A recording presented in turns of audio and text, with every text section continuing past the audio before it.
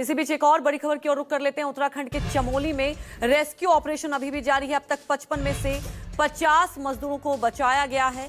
इलाज के दौरान एक मजदूर की मौत हो गई। अभी भी बर्फ में 5 मजदूर दबे हुए हैं जिनकी तलाश जारी है। ग्लेशियर के टूटने से ये पूरा हादसा हुआ। ग्लेशियर टूटने से मलबे में दब गए थे मजदूर। इलाज के दौरान एक मजदूर की मौत हो गई। 5 मजदूर अभी भी दबे हुए हैं। उन मजदूरों को निकालने का प्रयास किया जा रहा है। लगातार बचाव अभियान किया जा रहा है। एनडीआरएफ, एसडीआरएफ, जिला प्रशासन की टीम लगी हुई है। आप देख सकते हैं कि खुद मुख्यमंत्री इस पूरे रेस्क्यू ऑपरेशन पर नजर बनाए हुए हैं। प्रधानमंत्री मोदी ने भी सीएम से बात की और हर संभव मदद का आश्वासन दिया। मुश्किल हो रहा है क्योंकि वहां पर आसपास बर्फ की मोटी मोटी परत है। अभी भी 5 मजदूर दबे हुए हैं।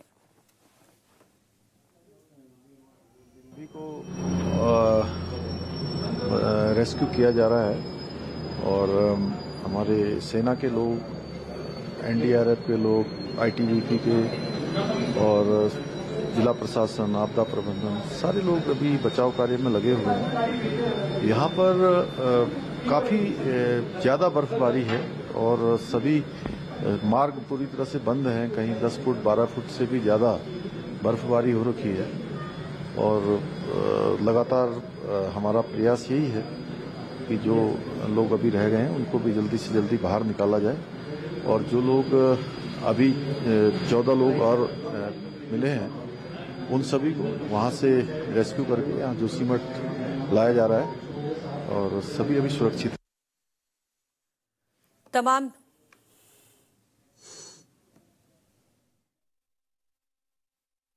रेस्क्यू ऑपरेशन सारी रात जारी रहे और अभी भारतीय सेना की एक पार्टी ने 14 और जो दबे हुए थे एवलांच में उनको रेस्क्यू किया है। अभी इनको मेडिकल ट्रीटमेंट के लिए लेके जाया जा रहा है और इनमें से एक अभी क्रिटिकल है। हमारे सहयोगी अधीर यादव हमारे साथ फोन लाइन से जुड़ चुके हैं। अधीर, जो अभी भी 5 मजदूर दबे हुए हैं, जरा ये बताएं कि किस तरह से रेस्क्यू किया जा रहा है। एक मजदूर की मौत हो गई, हालांकि पूरी तरह से प्रयास किया जा रहा है, और कितने मजदूर की स्थिति गंभीर बनी हुई है? जी बिल्कुल, मैं आपको बता दूं कि आज सुबह से ही मौसम ठीक होने के बाद से रेस्क्यू ऑपरेशन जारी है।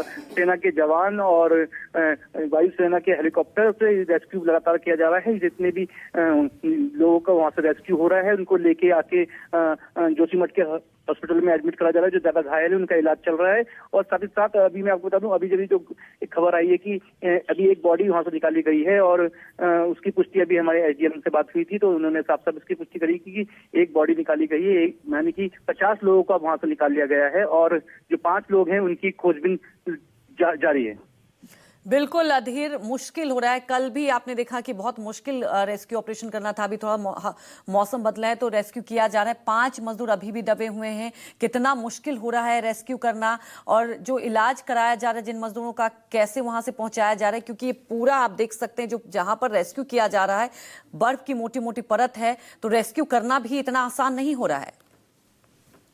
जी बिल्कुल, मैं आपको बता दूं कि ये जो क्षेत्र है पूरा हिमालय क्षेत्र है और चारों तरफ बर्फ ही बर्फ गिर रखी। कम से कम 8 से 10 फीट बर्फ वहां पे जमी हुई है और जो सेना के जो हैं और आईटीबीपी के हैं वो सब मिलकर इस बर्फ को लगातार खंगालने का काम कर रहे हैं। क्योंकि जो ये मलबा आया था उसमें जो 8 कंटेनर थे वो इसमें दब गए थे, जिसमें से 5 कंटेनर को तो खोज निकाला है, जिसमें से कई लोगों का रेस्क्यू हो चुका है। लेकिन 3 कंटेनर ऐसे हैं जो अभी भी नहीं मिल पा रहे हैं और उसमें ही ये 5 लोग अभी दबे हुए नजर आ रहे हैं, क्योंकि अभी तक इनकी कोई सूचना नहीं मिल पा रही है। इन्हीं के लिए लगातार रेस्क्यू जारी है, क्योंकि सेना के साथ साथ आईटीबीपी, एनडीआरएफ और बीआरओ की टीमें भी वहां पे लगी हुई हैं और जो सेना के 5 हवाई सेना के 5 चेतक हेलीकॉप्टर हैं जिनसे लगातार जो ज्यादा घायल है उनको माना से और जोशीमठ अस्पतालों में लेके आया जा रहा है। बिल्कुल अधीर, देखा जा रहा है कि किस तरह से लगातार रेस्क्यू किया जा रहा है। वहीं इस पूरे ऑपरेशन पर खुद मुख्यमंत्री लगातार अपडेट ले रहे हैं और लगातार आप देख रहे हैं कि वो बातचीत भी कर रहे हैं रेस्क्यू ऑपरेशन की टीम से। जब से ये घटना हुई है, जब से लगातार मुख्यमंत्री लगातार इस पे अपडेट नजर बनाए हुए हैं, अपडेट ले रहे हैं अधिकारियों से, लगातार आपदा कंट्रोल रूम में जाके वहाँ पे मीटिंग, अधिकारियों के साथ मीटिंग कर रहे हैं। जो भी संभव प्रयास है, जो बड़ी से बड़ी जो मदद है उसको पहुंचाया जा रहा है। साथ ही साथ प्रधानमंत्री का भी उनका फोन आया था 2 से 3 बार अभी तक, वो भी प्रधानमंत्री कार्यालय भी इस पर पूरी नजर रखे हैं और साथ ही साथ उन्होंने भरोसा दिलाया कि कोई भी ऐसी मदद की जरूरत है तो जल्दी से जल्दी हम सहायता पहुंचाएंगे। और खुद मुख्यमंत्री आज सुबह हेलीकॉप्टर से जोशीमठ गए और जोशीमठ में वहां से घायलों से मिले और उसके बाद उन्होंने माना का हवाई सर्वेक्षण करा, क्योंकि वहां पे बर्फ इतनी ज्यादा थी कि हेलीकॉप्टर वहां पे लैंड नहीं हो पाया। लेकिन उन्होंने हवाई सर्वेक्षण करके वहां पे देखा है कि किस तरह से वो पूरा रेस्क्यू कार्य चल रहा है। तो कहीं ना कहीं मुख्यमंत्री लगातार इस बात लेके गंभीर है और अधिकारियों से लगातार संपर्क में है कि जल्द से जल्द इस रेस्क्यू को पूरा करा जाए और जितने भी फंसे हुए जो वहां पे श्रमिक हैं उनको निकाला जाए। अधीर, जैसा कि आप जिक्र कर रहे थे, जो 5 मजदूर दबे हुए हैं, मुश्किल हो रहा है, क्या कुछ ऐसी जानकारी मिल रही है, कितना वक्त लगेगा? क्योंकि एक मजदूर की मौत भी हो गई है, वक्त बीतते जा रहा है।